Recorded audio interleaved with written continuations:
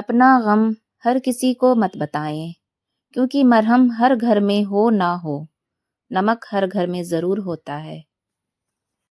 رسول اللہ صلی اللہ علیہ وسلم نے ارشاد فرمایا، جس گھر میں خیانت ہو وہاں سے برکت اٹھ جاتی ہے۔ مرد کی طرف سے عورت کو دیا جانے والا سب سے خوبصورت تحفہ عزت ہے۔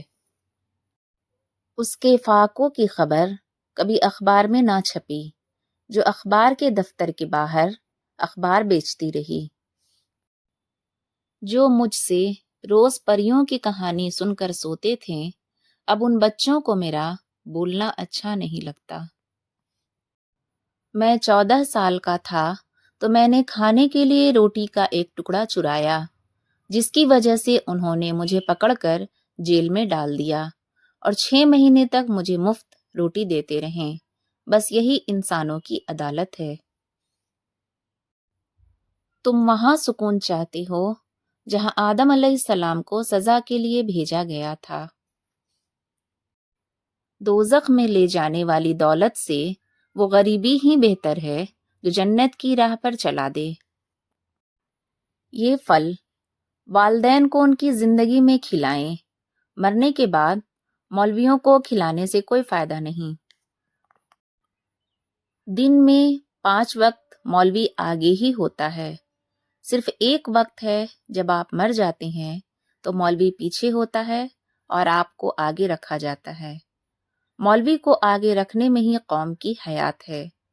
جب تم خود کو مولوی سے آگے سمجھنے لگو تو سمجھ جاؤ کہ تم اندر سے مر گئے ہو۔ 2 مٹکے پانی کے لیے کبھی میلوں سفر کرو اور گھنٹوں لائن میں لگ کر اپنی باری کا انتظار کرو، اور اس پر بھی کھارے کڑوے پانی سے تمہارا مشکیزہ بھر دیا جائے تو تمہیں اندازہ ہو تمہارے گھر میں بہتے نل کا پانی کتنی بڑی نعمت ہے جو تم ضائع کر رہے ہو۔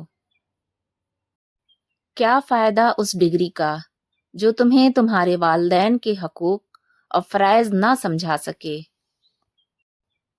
کوئی شخص بھی ہمیشہ مصروف نہیں ہوتا، یہ آپ کی اہمیت پہ منحصر ہے کہ آپ اس کی فرصت کے لمحات میں کون سے نمبر پہ آتے ہیں۔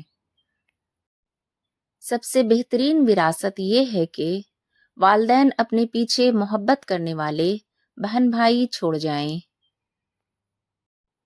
جو رشتے اس دنیا سے چلے جاتے ہیں یا ہم سے الگ ہو جاتے ہیں تو ہم تمام عمر ان سے ملتے جلتے چہروں، لہجوں اور ناموں میں ان کی محبت کو تلاش کرتے ہیں، مگر وہ لمس، وہ حدت نہیں ملتی۔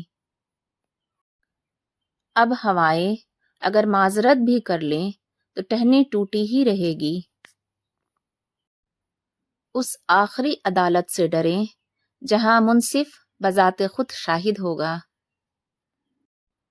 انسان ڈاک کے ڈبوں میں موجود خطوں کی مانند ہو گئے ہیں، ایک دوسرے کے قریب تو ہیں لیکن کوئی نہیں جانتا کہ دوسرے کے اندر کیا ہے۔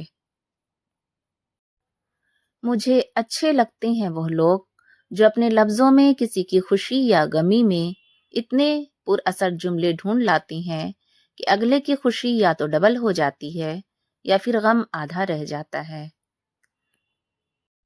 ایک فارسی شاعر کے شعر کا مفہوم یہ ہے، اگر تم پرندے پالنا چاہتے ہو تو پنجرا خریدنے کے بجائے باغ لگاؤ، پرندے خود آ کر تمہیں گیت سنائیں گے۔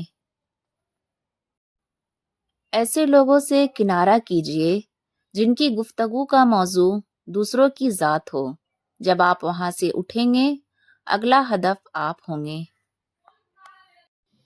کوشش کریں آپ کے کانوں تک وہ باتیں نہ پہنچے جو لوگ آپ کے پیٹھ پیچھے کرتے ہیں، ورنہ دنیا میں مخلص نظر آنے والے منافق چہروں سے آپ کو شاید نفرت ہو جائے گی۔ بد زبانی، بد کلامی اور فحش گوئی سے آپ نہ صرف اپنا وقار تباہ کرتے ہیں بلکہ ان لوگوں کی بھی توہین کرتے ہیں جنہوں نے آپ کی تربیت کی ہے۔ لفظوں کا سفر انسان کو تھکا دیتا ہے، سو خاموشی سے اپنے دن کے کام کیجیے، آپ کا کام خود شور مچائے گا۔